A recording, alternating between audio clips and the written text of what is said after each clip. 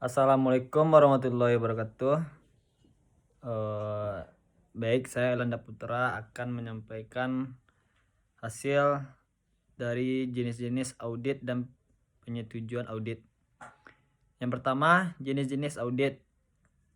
Yang pertama, audit laporan keuangan. Audit ini mempunyai tujuan utama untuk memberikan pendapat apakah laporan keuangan identitas telah disajikan secara wajar sesuai dengan kriteria yang telah ditetapkan.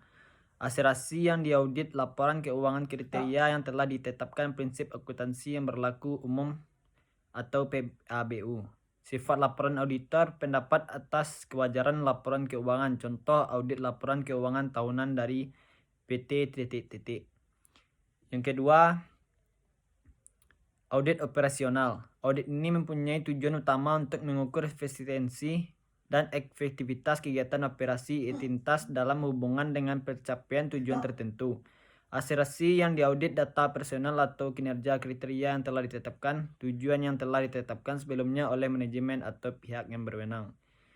Yang ketiga, audit kepatuhan. Audit ini mempunyai tujuan utama untuk menetapkan apakah kegiatan keuangan untuk operasi sesuai entitas telah dilaksanakan sesuai dengan persyaratan dan ketentuan peraturan tertentu.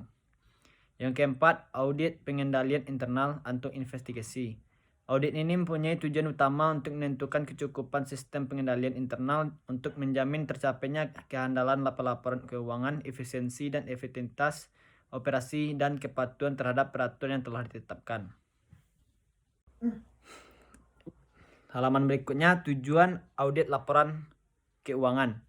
Tujuan audit laporan keuangan ini yaitu untuk mendapatkan nilai kewajaran atau kelayakan penyajian suatu laporan keuangan yang telah dibuat oleh suatu perusahaan. Laporan keuangan audit ini memiliki 4 macam opini yang berbeda, antara lain wajar tanpa pengecualian merupakan laporan keuangan yang dibuat berdasarkan standar akuntansi yang berlaku. Yang kedua, wajar dengan pengecualian merupakan laporan keuangan yang sudah dapat diterima tetapi masih harus ada banyaknya realisasi agar tidak terdapat kesalahan dalam mengambil suatu keputusan. Yang ketiga, tidak wajar laporan keuangan yang dibuat tidak sesuai dengan standar akuntansi pada umumnya. Dan keempat, tidak memberikan pendapat laporan keuangan yang disajikan terdapat kesalahan yang material dan adanya. Penerimaan perikatan audit dalam tahap ini merupakan suatu kesepakatan antara dua belah pihak, yang itu pihak auditor dan pihak perusahaan yang diwakili oleh manajemen. Yang ketiga, perencanaan proses audit. Dalam tahapan ini, auditor harus memahami bisnis dan industri yang dimiliki oleh para klien, melakukan prosedur analitik penelitian materialitas, menetapkan risiko audit dan berisiko bawaan.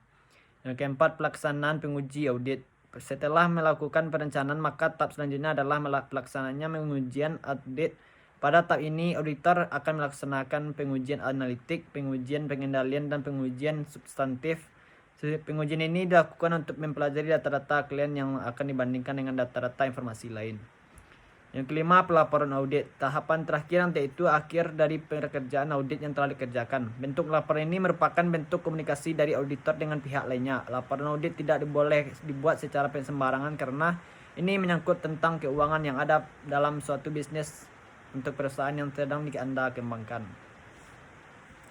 Penerimaan perikatan audit dalam tahap ini merupakan suatu kesepakatan antara dua belah pihak, yang itu pihak auditor dan pihak perusahaan yang diwakili oleh manajemen.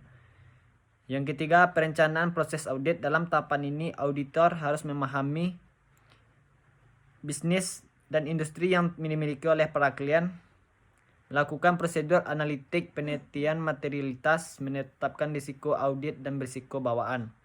Yang keempat, pelaksanaan penguji audit. Setelah melakukan perencanaan, maka tahap selanjutnya adalah pelaksanaannya pengujian audit. Pada tahap ini, auditor akan melaksanakan pengujian analitik, pengujian pengendalian, dan pengujian substantif.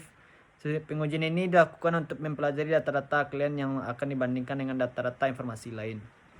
Yang kelima, pelaporan audit. Tahapan terakhir yaitu akhir dari pekerjaan audit yang telah dikerjakan. Bentuk laporan ini merupakan bentuk komunikasi dari auditor dengan pihak lainnya. Laporan audit tidak boleh dibuat secara sembarangan karena ini menyangkut tentang keuangan yang ada dalam suatu bisnis untuk perusahaan yang sedang Anda kembangkan. Baiklah, itulah hasil dari presentasi dari saya, Elanda Putra. Mohon maaf atas kesalahan. Saya akhiri dengan Assalamualaikum warahmatullahi wabarakatuh.